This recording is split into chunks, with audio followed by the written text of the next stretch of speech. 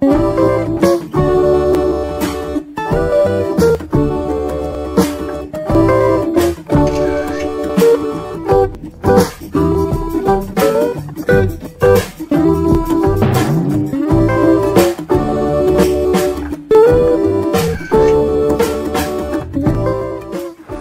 voilà un panneau fait maison.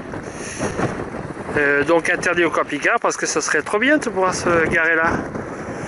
Alors bien sûr on peut se garer à côté, remarquez, hein, mais là-bas aussi c'est interdit. Bien dommage tout ça. Surtout quand c'est régulier et qu'on en voit partout quoi. C'est énervant. Salut tout le monde, salut les épicurieux. Aujourd'hui, si vous me voyez devant toutes ces revues et magazines que je vais vous présenter un peu plus tard aussi, c'est parce que je vais vous parler de stationnement, d'aires de service, de stationnement en général, de nos droits et de nos devoirs. Je sais, c'est un sujet qui a déjà été abordé, aussi bien par les magazines que par d'autres youtubeurs. J'ai moi-même donné quelques vidéos là-dessus sur comment trouver un coin pour stationner ou comment utiliser par Fortnite, etc. Alors je vais aujourd'hui reprendre certains de ces points et en développer d'autres, et c'est le sujet du jour. Dans cette vidéo, je vais commencer par vous parler de ce que j'ai vécu récemment dans le dernier voyage qu'on a fait en 2021 et des constats que j'ai pu voir aussi bien concernant la façon de nous recevoir dans les communes, mais aussi la façon de faire par les camping-caristes. Alors c'est un sujet délicat parce que finalement ça met en cause nos pratiques et nos droits et nos devoirs. Dans une deuxième partie, je vous parlerai des possibilités que l'on a de trouver un coin de stationnement et de voir tous les outils qu'on peut utiliser pour arriver à profiter de nos camping-cars et de notre façon de vivre les voyages, que ce soit pour les voyages courts ou longs, selon son mode d'utilisation de son véhicule de loisir. Vous êtes bien sur la chaîne des Épicurieux, la chaîne pour les camping-caristes. Et si vous ne l'êtes pas, n'oubliez pas de vous abonner. Parce qu'avec le camping-car, c'est pas du tout accessible. Tous les parkings libres pour les voitures sont interdits au camping-car. Pas contente? Non, pas contente parce qu'on peut se garer nulle part, 1,90 m interdit, la nuit la plupart du temps, mais là aussi le jour, on peut même pas t'arrêter, sympa. Bon, ce sont pas des villes accueillantes pour les camping-cars, non. Alors une fois arrivé dans les supermarchés, il est difficile de trouver sa place, et notamment ici je suis obligé de prendre 4 places parce que comment faire autrement? Avec ceci, je ne peux pas rentrer ni dans l'un ni dans l'autre, notamment à cause de ces rebords de trottoir. Donc voilà, on est obligé de prendre 2 places quand c'est le mieux, voire 4 places comme c'est mon cas aujourd'hui. Ben, voilà une interdiction qui ne se justifie pas tellement, puisqu'en fait on est dans un parking même pas très près de lieux touristiques. Là on est sur le bassin d'Arcachon. La mer est de l'autre côté, on ne la voit même pas. Là on est dans une zone verdoyante. Il y a une barre de l'autre côté pareil. Donc ce parking est interdit aux camping-cars qui sont donc obligés de s'entasser de l'autre côté.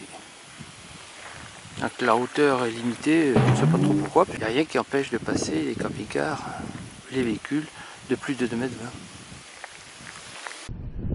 Voilà, j'ai tenté de me garer sans gêner, je dépasse un peu comme vous le voyez ici, mais surtout parce que j'ai pu reculer énormément vers l'arrière. Alors ceci dit, c'est pas un parking interdit pour une fois, mais regardez, même les voitures dépassent. Alors quand il y a des gros bus comme ça qui passent et éventuellement s'ils devaient se croiser devant notre camion, et ben voilà, ça peut poser problème. Et ça peut poser problème pour nous, parce que bon, si on me rentre dedans, on va dire que c'est de ma faute puisque je dépasse. Mais je peux pas faire autrement. Voilà une autre situation qui me met en colère et qui est tellement injustifiée. Alors le parking ici que vous voyez devant vous, c'est un parking gratuit. Gratuit pour les voitures ou pour les vannes, comme celui-ci que vous voyez, qui passe en dessous de la barre des 2 mètres. Mais nous, camping-car, ben on paye. C'est-à-dire qu'il y a une inégalité de traitement pour des voitures qui sont M1 et les camping-cars qui sont aussi catégorie M1. Nous ne devons pas payer. Alors sous prétexte que on nous réserve les places goudronnées, voilà. Alors là, voilà, c'est goudronné, l'autre c'est pas goudronné, ce qui justifierait de payer 8,30 € pour stationner, vous avez bien entendu, alors que c'est gratuit pour les voitures. À 8,30 € sans aucun service, il n'y a pas d'eau, il y a rien, et c'est payant quand même. C'est révoltant. Il faut boycotter ce genre de situation. Là, on est un peu piégé, tout est interdit. Le seul endroit où on peut se garer, c'est ici, pour aller visiter l'île d'Aix en particulier. Honte à la commune de Fouras. Honte. Et si vous voulez aller à l'île d'Aix, ne croyez pas que c'est tout de suite à côté. Non, non, il va falloir faire pas mal de marches. Bon, pour visiter l'île d'Aix, c'est bien. Mais pour aller simplement, pour prendre le bateau, il faudra faire déjà plus d'1 kilomètre, je sais plus exactement. Parce que si vous voulez vous garer là-bas, c'est possible. Mais cette fois, ça sera 30 €. Mais ils nous prennent vraiment pour des pigeons. Comme vous l'avez constaté, il y a une réelle perte de liberté dans l'Hexagone. Alors c'est peut-être pas spécifique à l'Hexagone, mais il y a des pays où au contraire on favorise, et c'est inscrit dans leur constitution, la vie dans la nature, en camping-car ou autrement d'ailleurs. Alors c'est le cas en Scandinavie, si vous allez en Finlande, en Norvège, en Suède, vous allez être non seulement en situation de trouver des coins sauvages très très nombreux, mais en toute liberté et autorisé. C'est valable aussi en Australie, où c'est une culture, c'est valable aussi aux États-Unis, au Canada, où on est resté 4 ans à voyager totalement librement dans les pays sauvages, ou même au Mexique d'ailleurs, sans qu'on soit inquiété. Alors, il y a un réel problème dans l'Hexagone. Un réel problème parce que, évidemment, c'est un pays touristique où les camping-cars peuvent causer des problèmes de tout ordre qui peuvent déranger les mairies, les communes qui n'ont pas besoin obligatoirement des camping-cars. Sauf que hors saison, ça serait le cas, mais même là, c'est pas tout compris. Alors, je vais justement parler de ce sujet d'abord, avant d'aborder les solutions que l'on peut avoir pour stationner quand même. D'abord, je voudrais rappeler que nous sommes, comme je l'ai déjà dit, des véhicules de type M1, c'est-à-dire qu'on a les mêmes droits et les mêmes devoirs que tous les véhicules tourisme, petits ou grands, à condition qu'on ne dépasse pas 3,5 tonnes. Le CLC est le comité de liaison des camping-cars est une association de type 1901 qui fait la chasse aux villes qui interdisent la présence des camping-cars. C'est un travail de terrain qui porte ses fruits et il faut les soutenir.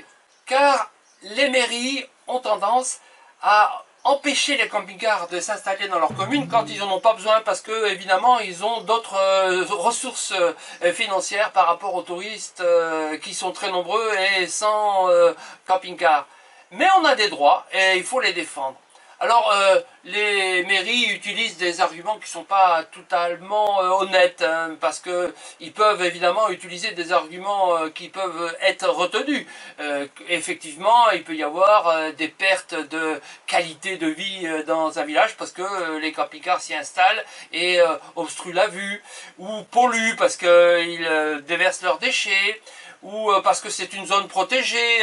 Alors ça c'est un argument qui est souvent utilisé pour empêcher les camping-cars de stationner. On comprend très bien qu'on puisse avoir envie de maintenir une qualité de vie dans sa zone de vie propre, personnelle, et on respecte ça. Mais il n'empêche que lorsque c'est possible, pourquoi ne pas prévoir des lieux où les camping-cars peuvent être accueillis dans des bonnes conditions. Et si la loi n'autorise pas les gens à s'installer dans un lieu plus de 7 jours, rien n'empêche les véhicules de stationner et de dormir dans leur véhicule comme nous le faisons avec nos véhicules de loisirs. À une condition, c'est-à-dire que l'on est stationné et c'est différent que d'être en train de camper. Et là, malheureusement, on doit dire que les camping-caristes parfois exagèrent. Je vous montre ici quelques exemples que j'ai vécus personnellement et rencontrés. Ça me paraît inadmissible. Faut-il rappeler que nous devons avoir un véhicule stationné sans artifice, c'est-à-dire sans cale, sans vérin, qu'on ne doit pas sortir des tables et des chaises sur une zone publique. Il faut que les camping-caristes soient conscients du fait que, à partir du moment où on se met à camper dans une zone, on se met hors la loi, lorsque c'est une zone publique, et que l'on va ainsi gâcher la vue, et donc il faut être attentif à la gêne que l'on cause. La gêne que l'on cause parce que évidemment on a tendance à se regrouper dans les zones où c'est possible ou spécialement intéressant, et là c'est l'erreur. Il faut à tout prix éviter de faire des zones de concentration, des zones où les camping-cars sont emboîtés les uns à côté des autres, ou les uns serrés à côté des autres. D'abord parce qu'on n'y trouve aucun intérêt, moi personnellement c'est pas ce que je recherche. Je suis obligé d'y être parfois quand je vais visiter des villes et que je suis obligé de me garer dans ces zones où on est serrés les uns à côté des autres. Mais je vais pas y vivre, c'est pas ça. Ma liberté de connaître, de visiter, de profiter du lieu dans lequel je suis. Non, c'est pas parce que je suis à côté des voisins qui sont à 50 cm de moi que je vais entendre parler, que je vais entendre regarder la télévision et leur musique. Non, c'est pas ça pour moi. Alors le spot sauvage, je vais le chercher, mais peut-être pas dans ces lieux, dans ces villes.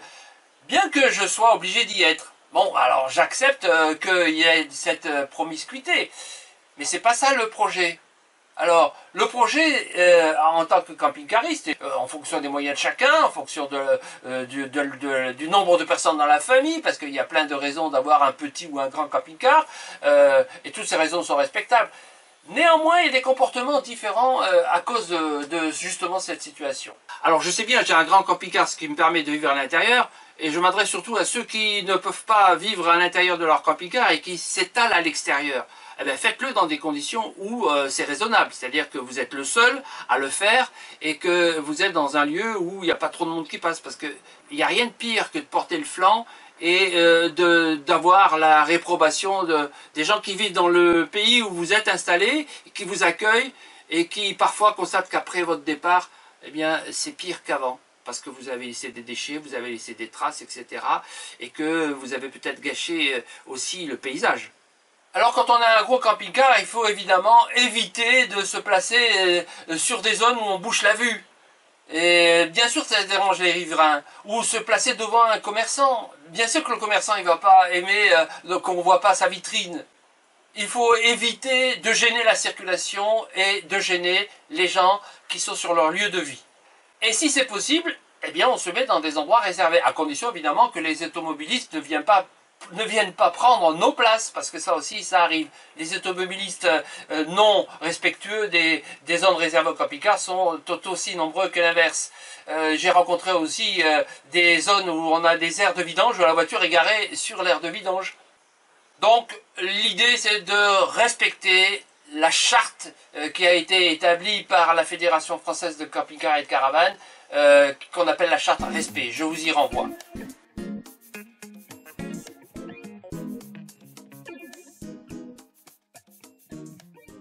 Alors, finalement, où peut-on se mettre, stationner? Alors, vous l'avez vu, c'est un problème dans les villes. Parce que évidemment on prend beaucoup de place dans les villes. Alors quand il y a des zones réservées, quand c'est possible, tant mieux. Sinon, ben, on fait comment? Eh ben on fait pas. Ou alors on boycotte les villes qui ne nous acceptent pas et où on va ailleurs. Mais les mairies qui ne nous acceptent pas n'ont pas obligatoirement pris conscience du fait que nous sommes vraiment des gens qui apportent un plus dans les communes. Parce qu'évidemment, quand on s'installe quelque part le matin, on va aller acheter le petit déjeuner, les croissants, le pain, on va faire nos courses chez le boucher, on va aller dans les petits commerces acheter des souvenirs. Bref, on a un réel pouvoir d'achat, et ce pouvoir d'achat, il n'est pas moindre que ceux qui viennent avec leur voiture. Donc, on doit être traité de la même façon.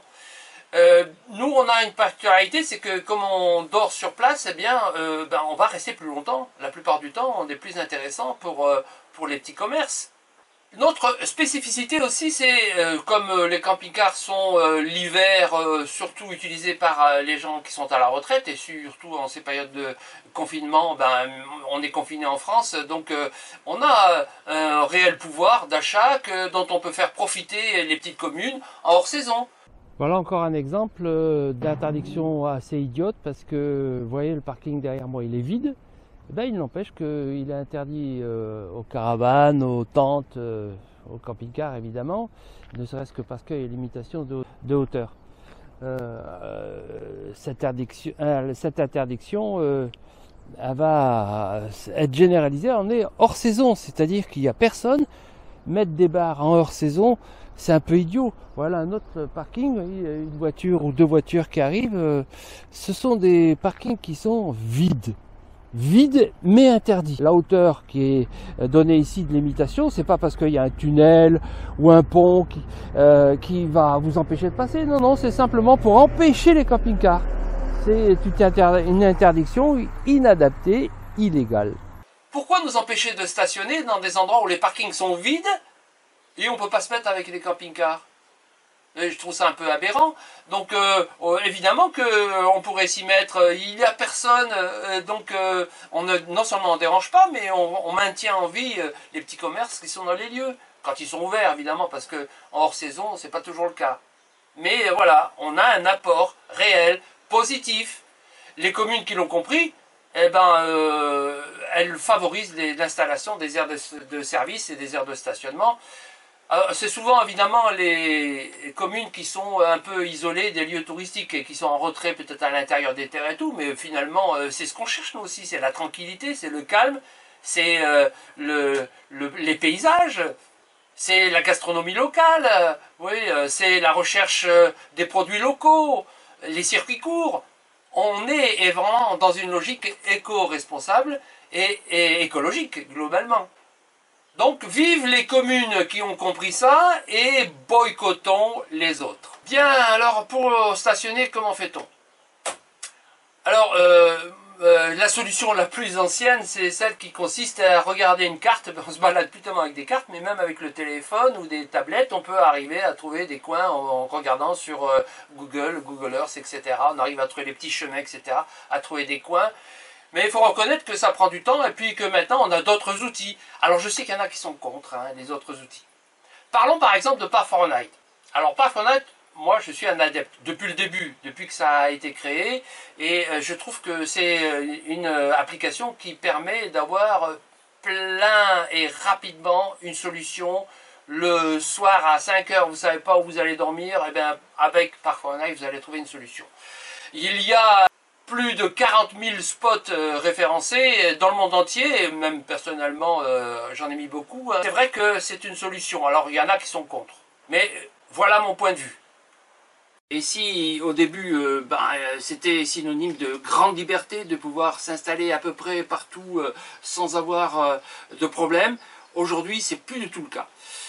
En fait, il y a un vrai engouement sur les camping-cars et sur la France, on vend 10 000 camping-cars de plus par an et sur l'Europe bien plus, ça se compte en plusieurs dizaines de milliers.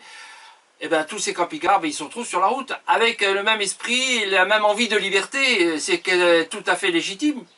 Alors je sais bien, il y a des applications qui permettent de trouver des coins et malgré ce que certains disent, je suis partant pour augmenter le nombre de ces spots que l'on peut mettre sur ces applications parce que je pars du principe qui est très simple, lorsqu'on était 10 et qu'il y avait 10 emplacements, on était un par emplacement statistiquement. Maintenant si on est 100 000, il faut 100 000 emplacements. Sinon évidemment on va se retrouver avec un nombre de spots réduit, beaucoup plus de gens, donc la proximité, on n'est plus dans l'esprit de la liberté évidemment. Alors en France c'est difficile, heureusement, à l'étranger ça l'est beaucoup moins, parce qu'il y a beaucoup moins de touristes aussi en camping-car. Il faut des fois aller très loin. Bon, c'est mon cas, ça me dérange moins parce que je suis souvent à l'étranger, mais en ce moment en période de confinement et en ce moment où je fais beaucoup de camping-car à l'intérieur du territoire français, eh bien je vois qu'il y a des grandes difficultés. J'avoue, j'ignorais un peu parce que je ne la pratiquais pas, cette activité interne. Et puis je reste attaché à une des valeurs qui me semble essentielle quand on est camping-cariste, c'est le partage. Le partage et la rencontre. Donc je ne veux pas me replier sur des valeurs un peu égoïstes qui consistent à dire je l'ai fait pour moi, je l'ai découvert pour moi, je le garde pour moi ou je le partage au nombre limité de gens. Non, c'est pas mes valeurs, et tant mieux pour les autres, tant pis pour moi, je sais pas, en tous les cas, c'est pas mon point de vue. Alors, les autres solutions sont nombreuses. Par exemple, France Passion. Alors, il y a beaucoup moins de spots possibles. Il y en a quand même plus de 2000. Avec France Passion, nous on pratique beaucoup, de manière beaucoup plus récente. Bien justement parce que dans les autres spots, des fois c'est pas trop intéressant pour nous parce qu'on est trop nombreux. Eh bien avec France Passion, on a une solution qui est assez intéressante puisqu'en plus on profite des produits locaux. Voilà. Autre solution, si vous n'utilisez pas les applications comme par Fortnite ou vous n'utilisez pas France Passion, il y a des atlas comme ceux-ci qui sont produits tous les ans par les revues. Ici c'est la revue Camping Car Magazine, ça c'est l'atlas 2021. Alors vous avez toutes les aires avec tous les points intéressants éventuellement commune par commune. Il existe tous les ans, puis il y en a d'autres produits par d'autres magazines. Par exemple la revue Le Monde du Camping-Car avec les aires au bord de l'eau. Enfin bref, il y a tous les thèmes qui sont abordés et vous allez pouvoir trouver votre bonheur.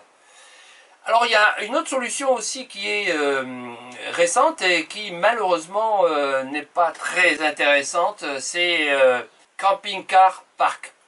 Alors pourquoi je dis pas très intéressant? Parce que ce sont des aires qui sont payantes systématiquement, puisque c'est un privé qui récupère des aires de service des communes, qui les réaménage parfois, pas toujours, et qui fait payer. Et qui fait payer des aires qui étaient auparavant gratuites. Alors ça c'est du commerce, ça c'est à éviter, c'est même, à mon avis, à boycotter. Les aires communales sont les plus accessibles et les plus intéressantes. Parce que déjà, elles sont bon marché, entre 5 et 7 euros pour passer la nuit. Parfois et souvent elles sont gratuites, notamment dans les zones isolées, on a besoin des camping-cars, donc on va les rendre gratuites avec des services gratuits. C'est normal de payer des services quand ils existent.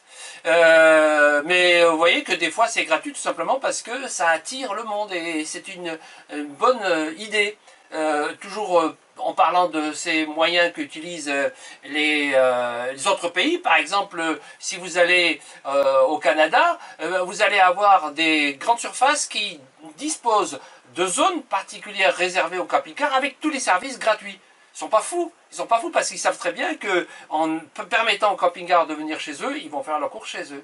On a même vu pire, enfin pire entre guillemets, puisque dans certains pays, notamment dans le nord des États-Unis, il y a des casinos qui accueillent les camping-cars, qui donnent l'eau, l'électricité, le chauffage, qui donnent une carte pour aller au casino avec de l'argent dessus, c'est-à-dire qu'on vous paye pour être là où vous êtes.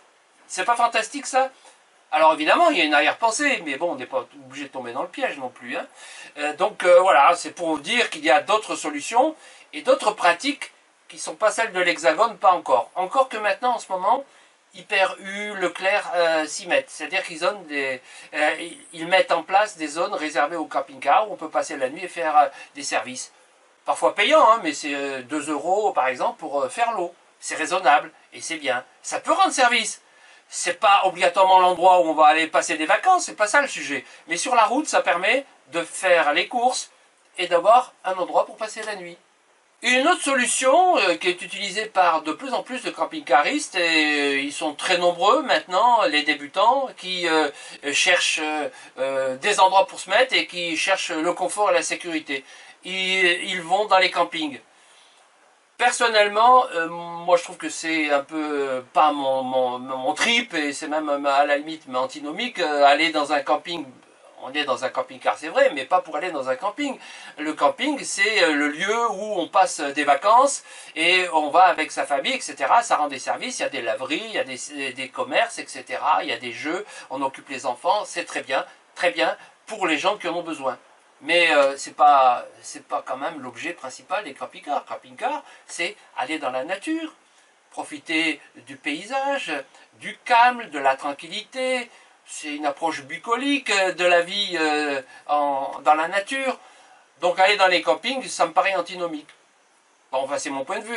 Et il y en a quelques-uns qui vont avec des liners énormes, qui s'installent là pour passer 15 jours, un mois, qui payent 35 ou 40 euros la nuit pour être dans leur camping-car. Personnellement, je trouve ça bizarre. Et ça va pas. Mais pourquoi ils louent pas un mobilo? Mais pourquoi ils sont pas avec une caravane? Parce que finalement, la caravane, elle était faite pour ça, et ça allait très bien. Nous sommes des nomades, des itinérants, on voyage de nuit en nuit ailleurs, ou on passe quelques nuits dans un endroit spécialement adapté à ce qu'on a envie de faire, la pêche, ou faire de l'escalade, ou faire des randonnées, mais on n'est pas... on n'a pas pour projet de s'installer dans un endroit et d'y passer des vacances. En tous les cas, pour les gens qui voyagent, des voyages longs. Bon, alors après, si on veut s'installer dans un camping, libre de le faire, mais c'est pas tellement adapté à notre situation de camping-car. À propos des campings, il y a d'ailleurs une solution peut-être qui est plus adaptée. C'est ce qu'on appelle les quick stops. Ce sont des stops accueil pour camping-car qui sont parfois à l'intérieur du camping ou à côté du camping et qui permettent aux camping-cars de passage de s'arrêter, de trouver des services et de payer une petite somme généralement qui n'a rien à voir avec les sommes que l'on paye à l'intérieur. Et ça, c'est une solution qui est intéressante. Elle est bon marché et elle permet d'avoir, pour ceux qui sont intéressés par le sujet, d'être en sécurité parce que c'est un sujet qui est récurrent aussi chez les camping-caristes.